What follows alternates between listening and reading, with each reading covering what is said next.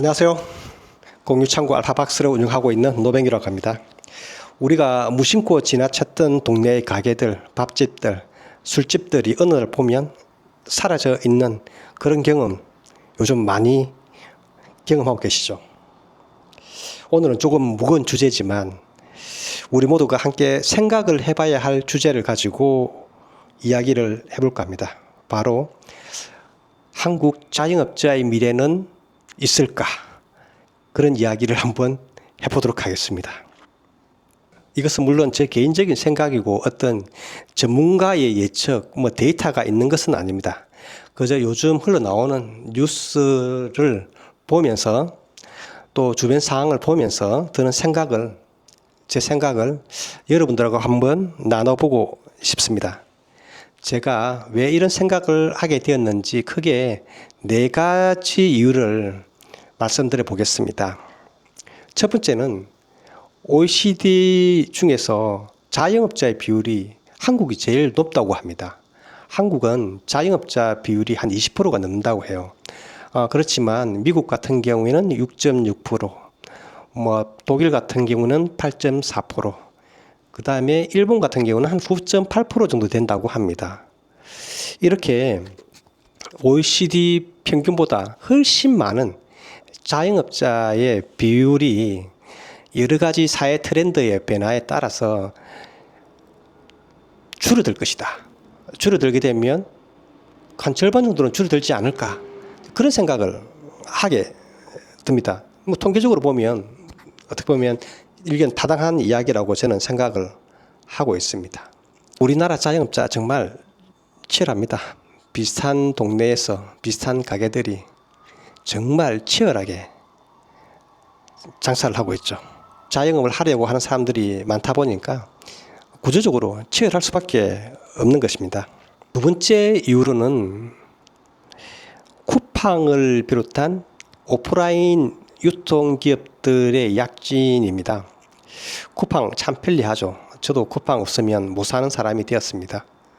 소비 습관이 정말 많이 바뀌었죠. 저녁에 11시에 내일 아침에 먹을 우유가 떨어지는 걸 보고 주문하면 새벽 6시가 되면 배달이 되어 있는 그런 시대입니다. 그렇다 보니까 집 앞에 있는 편의점도 잘 가지 않게 됩니다. 그러면 이런 사람들이, 저 같은 사람들이 얼마나 많겠습니까?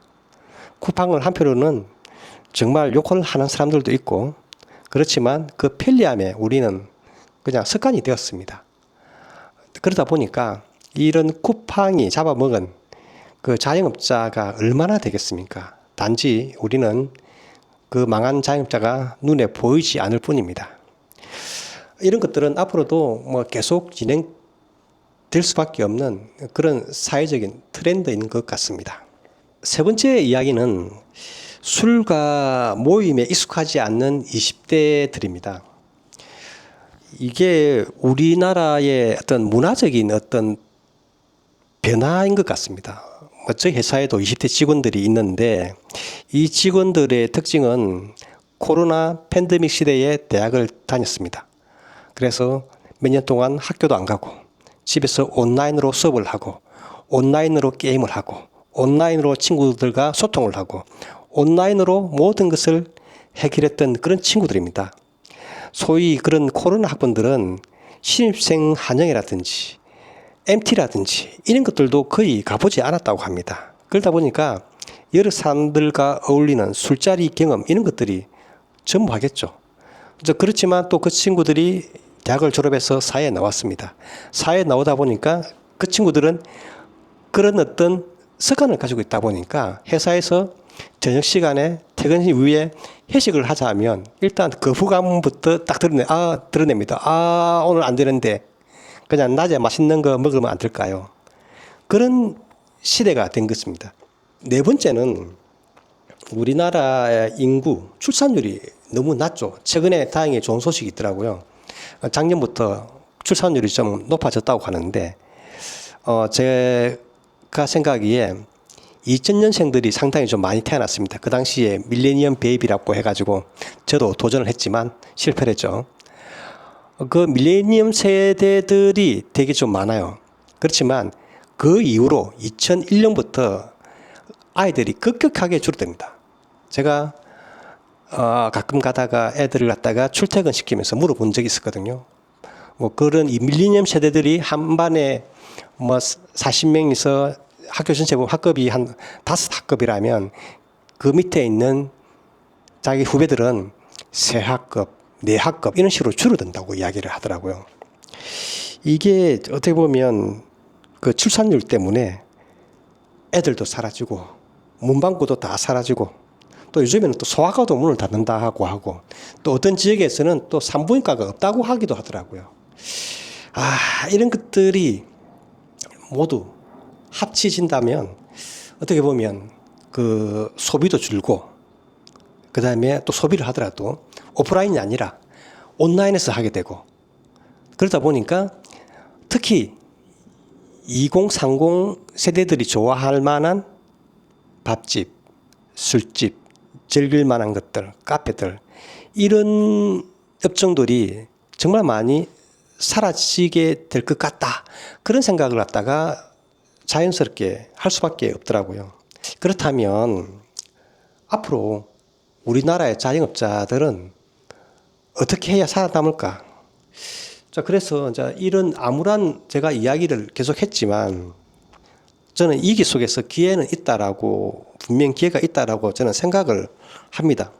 그렇지만 이렇게 시대가 변화하는 어떤 변화를 갖다가 읽어드리고 여기에서 어떤 업종을 선택을 해야 될지에 대해서 정말 고민을 많이 해야만이 장기적으로 살아남을 수 있지 않을까 그런 생각을 하게 되고 제 개인적으로 몇 가지 아이디어를 이야기를 해보겠습니다.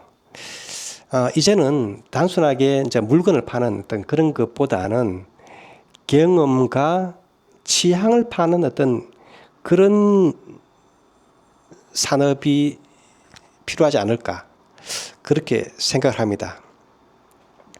어떻게 보면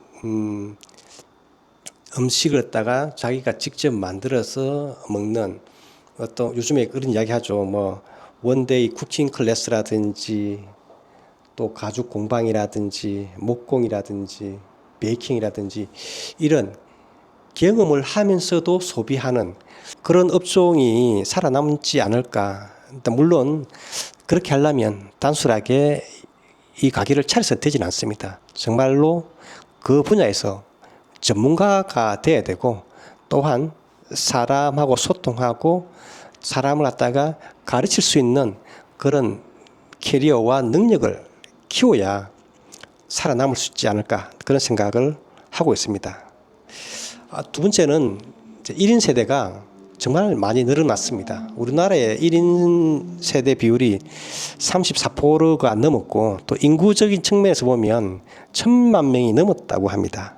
또 1인 세대는 20대, 30대도 있지만 50대, 60대, 70대도 정말 많습니다. 그래서 이런 1인 세대 중에서 20대, 30대를 선택을 할 것이냐 아니면 50대, 60대, 70대 시니어 세대를 선택을 할 것인가 이런 세대들을 위한 어떤 소포장 상품들, 먹거리들 그 다음에 또 건강 맞춤형 어떤 그런 식품들 이런 것들을 갖다가 지역에서 그 사업을 펼친다면 아무래도 성공하지 않을까 그런 생각도 해봅니다.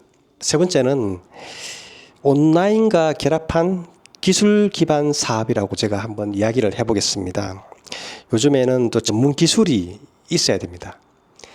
요즘에 AI 하지만 AI는 이렇게 직접 물건을 만들고 사람을 갖다 터치할 수 있는 그런 감성적인 것이 되지 않기 때문에 감성적으로 터치할 수 있는 기술적인 그런 사업들이 좀 살아남지 않을까. 미용이라든지 뭐 수선이라든지 인테리어라든지 이런 쪽은 아무리 AI 시대가 온다 하더라도 또 세상이 발전하더라도 정말 필요한 어떤 그런 부분들이니까 이런 부분들을 또 새로 공부를 하고 전문가가 돼서 이런 사업에 도전한다면 좋지 않을까. 또 마찬가지로 이것을 온라인과 연계해서 같이 사업을 펼친다면 이것 또한 장기적으로 좋지 않을까, 그런 생각도 해봅니다.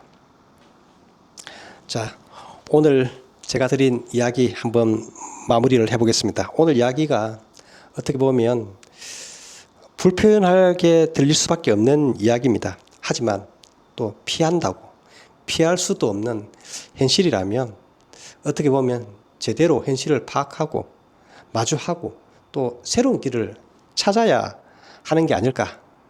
그래서 제 이야기보다 좀 더 현명한 방법이 누군가가 또 제시할 수 있지 않을까, 그런 생각도 해봅니다. 자영업을 꿈꾸시는 분들, 그리고 지금 이 시간에도 묵묵히 가게를 지키고 계신 모든 자영업 사장님들을 응원합니다. 오늘 영상 마치도록 하겠습니다. 여러분 생각은 어떠신가요? 댓글로 자유롭게 의견을 남겨주셨으면 감사하겠습니다. 감사합니다.